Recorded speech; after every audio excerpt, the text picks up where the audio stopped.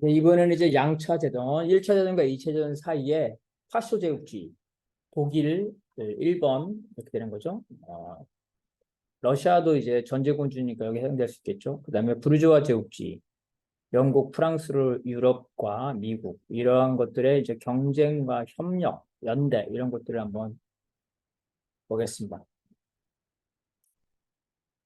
1차 대전 직전 독일은 여전히 황제 체제죠. 카이저 체제였죠. 그래서 영국의 해군력이 가장 강력하기 때문에 여기에 도전하기 위해서 거대한 전함을 건설하고 있었습니다.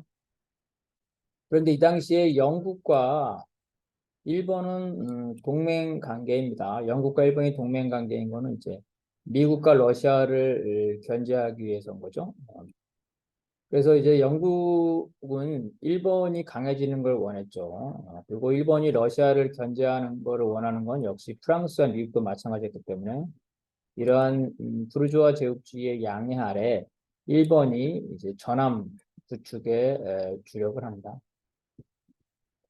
미국은 역시 이제 독일뿐만 아니라 대서양에서는 이제 유럽이죠. 태평양에서는 일본이죠. 그렇죠. 대서양에서는 영국, 태평양에서 일본과 대응하기 위해서 전함 건조에 나섭니다. 그래서 이 1차 대전의 즈음에서 영국, 독일, 미국, 일본은 모두 엄청난 해군력을 보유하게 됩니다. 자, 제국주의 시대에서는 다른 나라죠. 멀리 나가서 전쟁을 하는 것이죠. 멀리 나가서 전쟁하는 능력이 있는 나라가 세계를 지배. 다시 말해서 이때는 아직 공군이죠. 공군이 없었기 때문에 해군, 멀리 나가서 전쟁할 수 있는 원형 해군을 가지고 있는 나라가 세계를 지배한다. 그래서 해군의 경쟁을 하게 됩니다. 최근에 이제 공군의 경쟁으로 나가게 되죠. 또 하나는 영국과 미국의 독립정주에서 적대국이었습니다.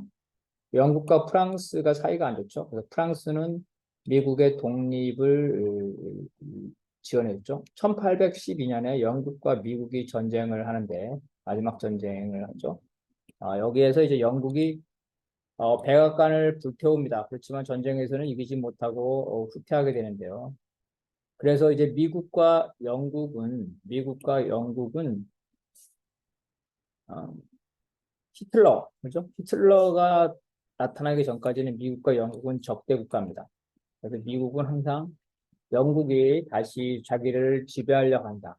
이런 걱정을 하고 있었기 때문에 영국과 전쟁을 하는 것을 대상으로 여겼습니다. 따라서 히틀러가 나타나기 전까지는 이와 같이 이 부르주아 제국주의들이 미국, 영국, 그죠?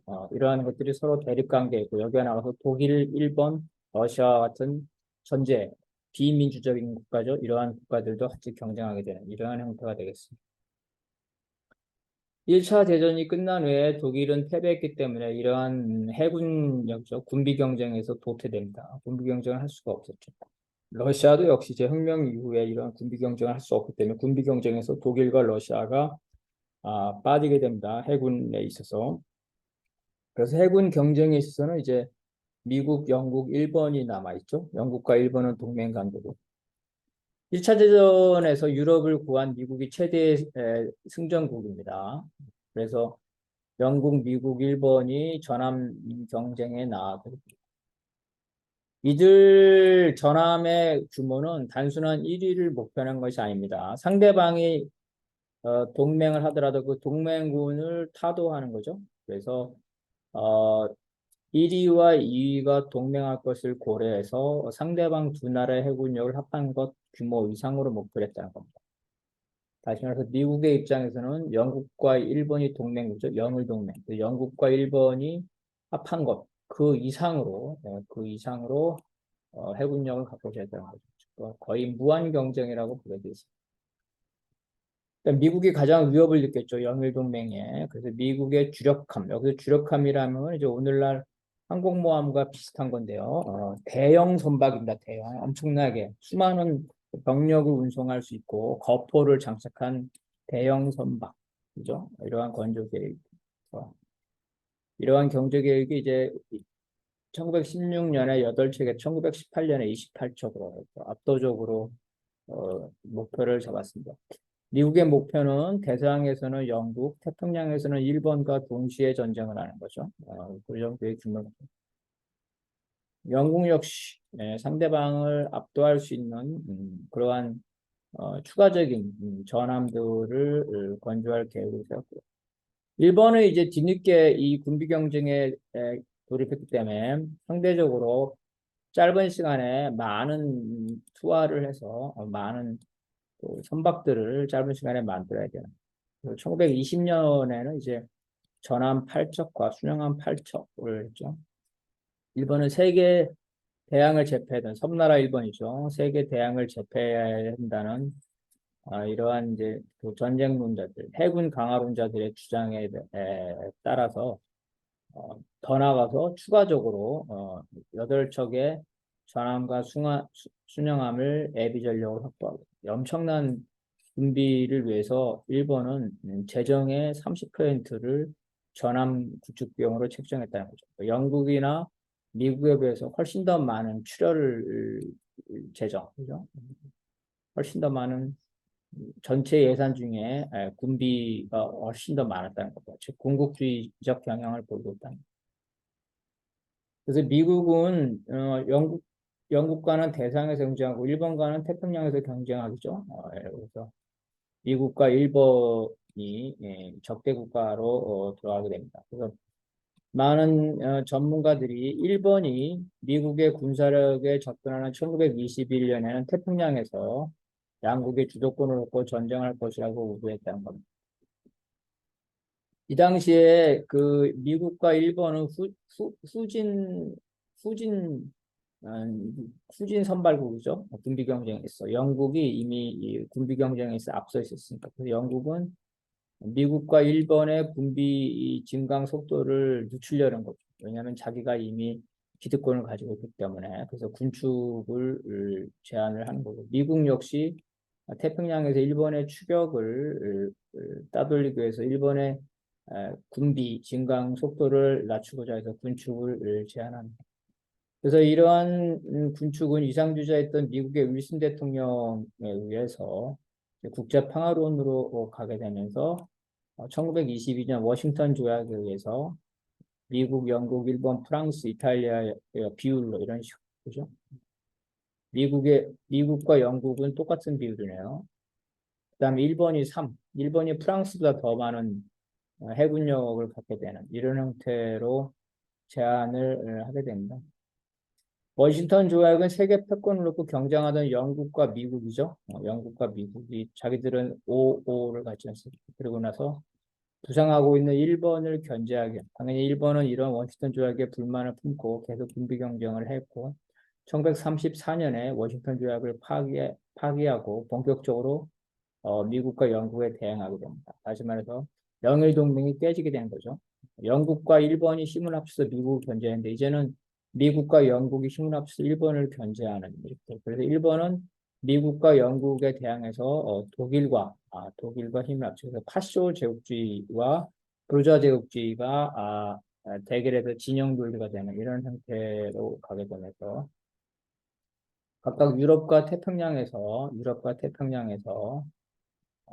영국과 미국은 독일과 어, 유럽에서 그리고 미국은 일본과 태평양에서 그런 관계가 좀 동맹 관계가 형성이 됩니다.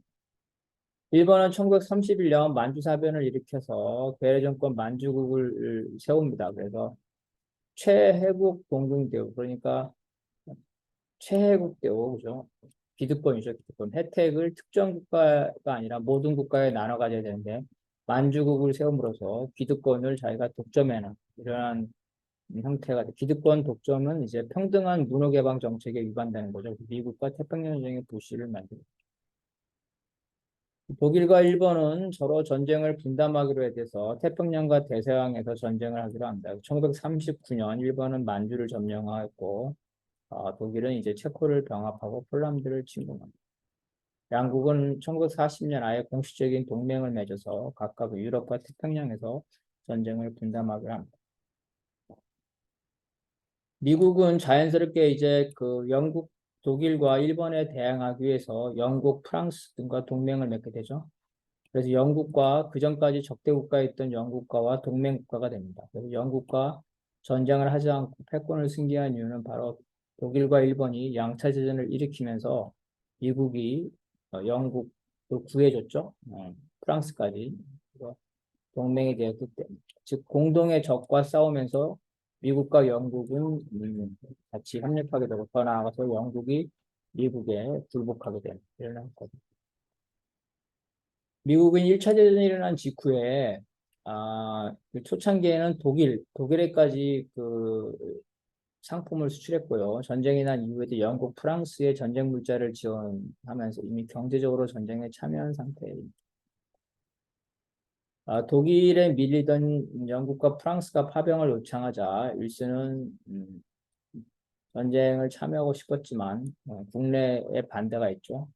돈만 벌면 상품 수출에 돈만 벌면 되지 군인을 파견해서 목숨까지 잃을 필요가 없다. 그러한 명분이 필요합니다. 이러던 차에 독일은 이제 이러한 연합군에 영국과 프랑스의 물자를 수출하는 미국의 상선에 대해서 유보트를 통해서 무제한 공격을 주장을 실제로 실행하게 되죠. 1915년에 영국의 여객선이 격추했는데 123명의 미국인이 죽습니다. 윌슨은 이제 전쟁에 대비해서 군비를 증강했죠. 하지만 노동조합과 민주당 등 이러한 세력들은 전쟁에 반대하고 있었기 때문에 1916년까지 대선에서도 사실상 전쟁에 참여하지 않겠다는 평화강령을 선언했습니다. 그런데 1917년에 독일이 멕시코 대통령에게 멕시코가 독일을 도와준다면은 1848년 멕시코 전쟁에서 멕시코가 미국에 빼앗긴 영토를 다시 멕시코에 돌려주겠다 하는 비밀 정보를 보내게 되고 미국이 이 암호를 획득하게 되면서 결국은 자기 앞마당에 있는 멕시코에까지 독일이 들어오게 되면서 전쟁을 할 수밖에 없는 그런 상황이 된다. 마침 이제 그의 미국의 선박들이 독일 해군에 의해서 격침되고 더 나아가서 러시아 혁명으로 러시아가 영국과 프랑스를 도와주지 못하면서 결국 그죠? 독일이 유럽 전쟁에서 승리할 수 있다는 불안감이 확산되면서 전쟁은 독일로부터 유럽을 구해야 된다. 즉 전쟁 참여로 기울어지게 됩니다. 결국은 윌슨이 독일의 전쟁을 선포하고 50만 명의 미군이 파견됩니다. 1차 대전이 끝난 후에 미국은 전쟁 중에 영국, 프랑스에게 많은 전쟁 물자를 부채, 외상으로 제공했습니다. 그래서 영국의 부채는 46억 달러, 46억 달러. 이러한 것들이 이제 협정에 의해서 40억 달러로 이렇게 됩니다. 영국은 이러한 막대한 부채를 독일로부터 배상금을 받아서 갚으려고 했다는 거죠. 그런데 독일의 경제가 붕괴되면서 독일로부터 돈을 받지 못한 영국은 마찬가지로 미국에게 전쟁 차관을 갚지 못해요. 채무자가 돼, 빚쟁이가 됐다는 거예요. 그래서 영국은 이러한 전쟁 차관을 미국에 감면시켜 주기를 원했기 때문에 미국의 외교 정책에 끌려다니게 됩니다. 미국에 굴복하게 된다는 겁니다. 독일의 경우에는 전쟁에 졌는데 막대한 배상금이죠. 막대한 배상금을 물어야 되고 영토도 일부 프랑스에게 뺏기고 이러다 보니까 이제 독일 민족주의가 부흥하게 됩니다. 히틀러가 부상하게 됩니다. 히틀러는 세계를 지배하려는 원대한 포부를 가지고 있습니다. 1928년에 신질서라는 저서를 통해서 독일이 세계를 지배하는 그러한 것들을 구체화시킵니다. 히틀러는 독일의 그 최종적인 경쟁자는 일본이다. 그래서 일본과 최후의 결전을 하지만 그 전까지는 일본과 협력해서 세계를 나눠야 된다. 이렇게 합니다. 그래서 일본과 협력해서 미국까지 굴복시킨 후 마지막에는 일본을 굴복시켜서 전 세계를 지배하는 그러한 단계적 전략을 했습니다. 이 신질서의 전략에 따라 먼저 독일이 게르만 국가들을 통합해서 대게르만 제국을 세우는 겁니다. 게르만 제국을 세우고 이어서 유럽과 아프리카를 점령을 합니다. 히틀러의 동방 대계획에 따르면 독일은 중앙 유럽과 동유럽을 정복해서 폴란드인과 러시아인을 노예로 삼고 나머지 서부 유럽과 남부 유럽엔 독일을 위치시켜서 식민 통치를 한다. 또 서유럽에는 독일인이 들어가서 실질적으로 통치를 하는 거고, 동유럽과 러시아는 노예로 만. 그래서 이러한 세계 지배를 위해서 일본과 협력을 해서 소련, 중국, 서방 국가들을 굴복시키려 했다는 거죠. 그래서 소련에 대해서는 히틀러는 이제 우랄 산맥을 기준으로 해서 서쪽은 독일이, 동쪽은 일본, 중국에 대해서도 1942년 비밀 회담에 대해서 양자강을 기준으로 해서 독일과 일본이 중국을 분할 통치하고, 인도도 역시 일본과 나눠 가지려고 한 거고요. 히틀러는 이제 그 아프리카는 전부 다 독일의 식민지로 삼은 대신에 일본과 협상을 통해 태평양에 있어서 일본의 기득권을 인정해 줍니다. 호주, 뉴질랜드. 그래서 일본은 독일의 협력, 독일의 동의 아래 아시아를 지배하는 대동아 경영 계획을, 이러한 대동아 경영 계획은 결국 히틀러 독일과의 세계 분할 점령 계획이라고 볼 수가 있겠습니다. 히틀러는 이제 그 게르만 제국을 세운 이후에 유럽과 러시아, 중국, 즉 유라시아를 우선 지배하는 목적을 세우게 됩니다. 그런데 1차 대전에 독일이 패전국이었기 때문에 상대적으로 해군력을 증강시키지 못했기 때문에 히틀러의 세계 지배 정책에서 이 해군력이 이 공백입니다. 그래서 주로 지상전에 의지하기 때문에 지상으로 점령할 수 있는 유라시아를 먼저 점령하는 것을 했다는 겁니다. 그래서 바다에서 대서양에서의 전면전은 피하고 유라시아에서 지상전에 주력을 한다는 거죠. 그래서 바다 건너 미국과의 전면전은 늦춰졌다. 그래서 히틀러는 해양 세력인 일본과 동맹을 맺어서 일본이 태평양에서 미국과 대립하게 만든다는 겁니다. 또한 히틀러는 남미를 직접 정복하지 않고 남미를 독일의 경제적 식민지로 남겨주되 남미에 나치 세력을 키워서 남미를 나치 정권으로 만든다. 그래서 2차 대전 전후로 해서 남미에 나치들이 많이 침투돼 있었고 2차 대전 이후에도 나치들이 많이 도망간 데가 중남미입니다. 그래서 히틀러는 먼저 유럽을 점령하기 위해서 미국과의 전쟁을 피했습니다. 그래서 미국을 점령하는 방법은 먼저 유럽 전쟁에서 해군력이 강한 영국을 굴복시켜서 영국의 해군과 일본의 해군을 이용해서 미국과 해상 전쟁을 벌이고자 하는 그런 계획입니다. 히틀러는 이제 영국이 독일에 패배한다면 어차피 영국과 미국은 적대국가이기 때문에 영국이 힘이 약해지면 미국이 캐나다를 병합할 것이고 이에 반발한 영국이 자신과 손을 잡고 미국을 공격할 것이라고 믿었다는 겁니다. 히틀러는 이제 유럽 정복 이후 일본과 함께 미국에 대한 전쟁을 수행하기 위해서 실제로 일본과 비밀회담을 했고요. 이러한 히틀러의 신진질서는 독일의 전쟁 계획에 구체적으로 반영이 됐습니다. 히틀러는 유럽을 정복 중이던 이미 1941년에 유럽에서의 신질서, 이것이 새로운 세계로 나아간다. 2차전 당시 미국은 히틀러의 신질서, 즉 궁극적으로 미국을 침략할 거라는 것을 알고 있었죠. 미국이 독일에게 선전포고를 하기 전에 9개월 전이죠. 9개월 전에 이미 루즈벨트 대통령은 히틀러의 신질서는 유럽뿐만 아니라 미국까지 포함해서 모든 선거체제, 민주주의 체제를 전복하고 식민지로 만드는 것이다. 이렇게 얘기합니다.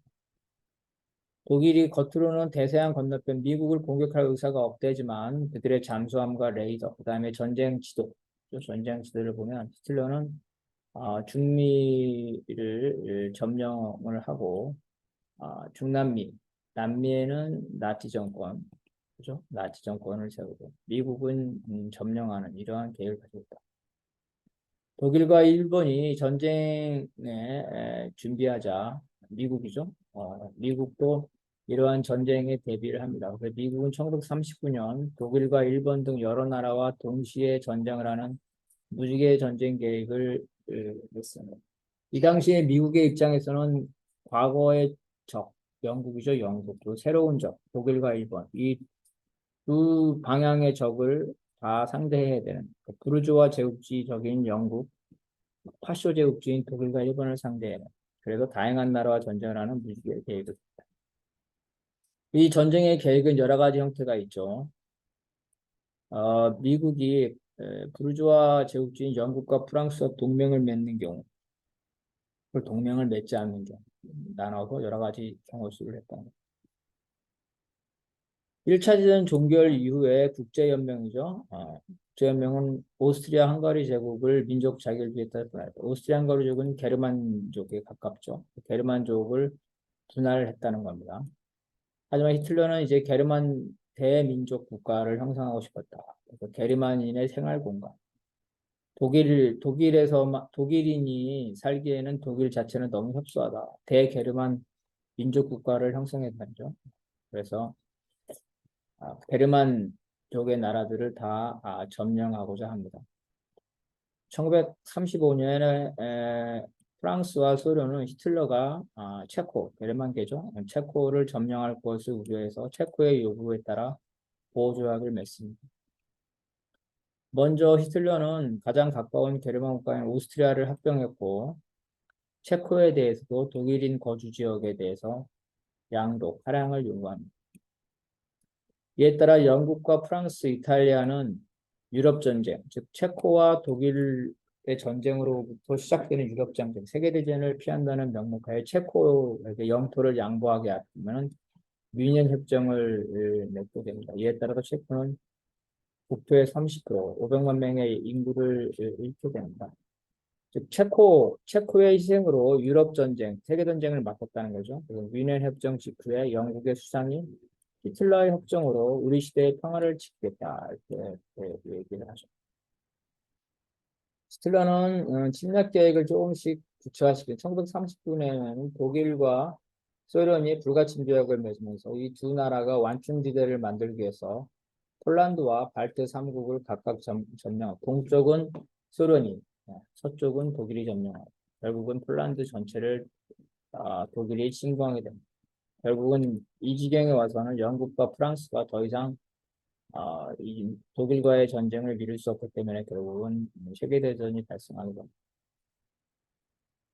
루즈벨트 대통령 1937년 히틀러의 그 침공 계획이죠. 이런 침공 계획이 수립됐을 때 미국이 국제정치의 무법성, 즉 히틀러를 외면하지 않을 것이라는 거죠. 윌슨이 말하는 평화 추구. 평화 추구는 방어적인 성격도 있지만 전쟁을 통해서 이 평화를 정착시키는 즉 히틀러와 전쟁을 할 수 있다는 거죠. 1938년 미국은 일본과 싸우고 있는 중국의 무기 판매를 결정했고 일본에 대한 금수 조치를 권고를 하게 됩니다. 따라서 미국은 대서양에서는 유럽, 태평양에서는 이제 중국이죠. 중국을 통해서 독일과 일본에 대해서 간접적으로 전쟁 상태에 돌입하게 되고 결국은 직접적인 전쟁 돌입은 시간 싸움이 되는 겁니다. 영국과 프랑스 등 연합군은 계속해서 1차 대전에 참전을 요구했고 프랑스가 1940년에 독일에 항복하죠. 프랑스가 항복하니까 이제 유럽이 나치의 손아귀에 넘어갈 가능성이 많기 때문에 전쟁 참여 여론이 높아지게 됩니다. 결국은 루즈벨트는 의회를 설득할 수 있게 됩니다. 태평양 전쟁에서 일본에 대해서